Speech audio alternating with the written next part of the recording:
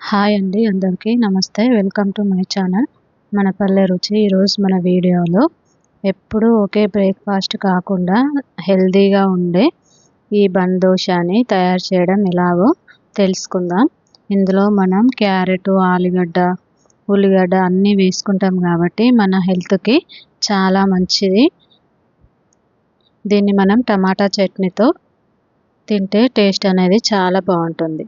దీన్ని తయారీ కోసం ఒక మిక్సీ గిన్నెలో 1 కప్పు ఉప్మా రవ్వని తీసుకోవాలి.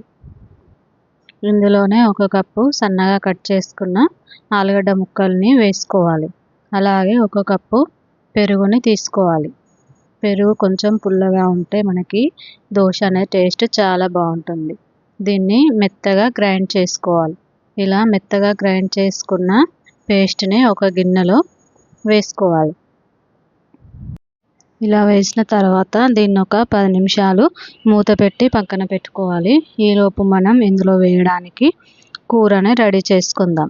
స్టవ్ పైన ఒక కడాయి పెట్టుకొని వేడైన తర్వాత కొద్దిగా ఆయిల్ వేసుకోవాలి. ఇందులోనే జీలకర్ర, ఆవాలు,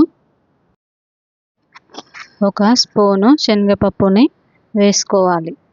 శనగపప్పు వేయడం వల్ల మనకి దోశ టేస్ట్ అనేది చాలా బాగుంటుంది. అలాగే సన్నగా కట్ చేసుకున్న మీడియం సైజు ఉల్లిపాయని వేసుకోవాలి. అలాగే ముందుగానే తురిమి పెట్టుకున్న క్యారెట్ని కూడా వేసుకోవాలి. దీన్ని ఇలా 1 నిమిషం పాటు సిమ్లో ఉంచి మగ్గించుకోవాలి.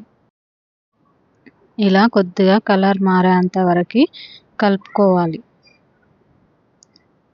ఇలా కొద్దిగా కలర్ మారిన తర్వాత స్టవ్ ఆఫ్ చేసి పక్కన పెట్టుకోవాలి. దీన్ని ముందుగా మనం మిక్సీ పట్టుకున్న మిశ్రమంలో వేసుకోవాలి. ఇలా వేసి దీన్ని బాగా అంతా కలిసేలాగా కలుపుకోవాలి.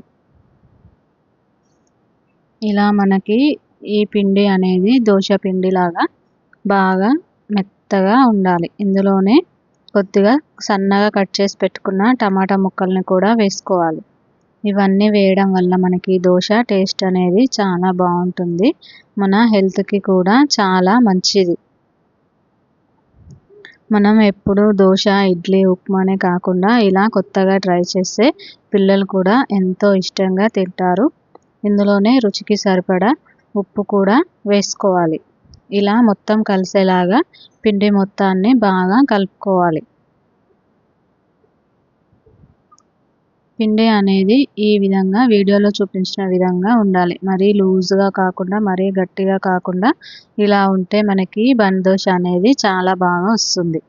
ఇప్పుడు స్టవ్ పైన ప్యాన్ పెట్టుకొని కొద్దిగా వేడైన తర్వాత ఆయిల్ వేసుకోవాలి. ఆయిల్ వేడయ్యాక ఈ పిండిని ఇలా వేసుకోవాలి. దీన్ని కలపకూడదు, అలాగే వేసి వదిలేయాలి.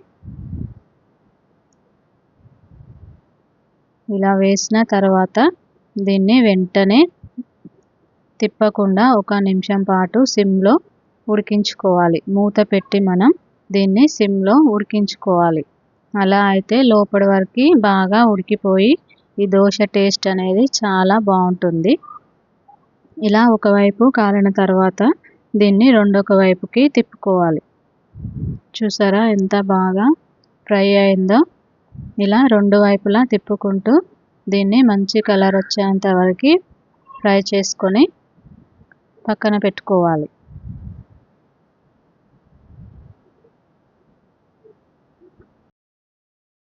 ఇలాగే మిగిలిన అన్ని బన్ను దోశలని మనం చేసుకుంటే ఎంతో టేస్టీగా ఉండే బన్ను దోశ అనేది రెడీ అయిపోతుంది.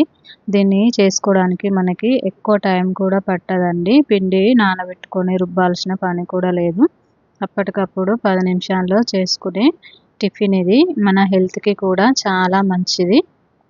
ఇందులో మనం క్యారెట్, ఆలుగడ్డ, ఉల్లిగడ్డ అన్నీ వాడినాం కాబట్టి మన హెల్త్కి కూడా ఎంతో మంచిది. చూసారా దోశ అనేది ఎంత సాఫ్ట్గా ఎంత మెత్తగా ఉందో.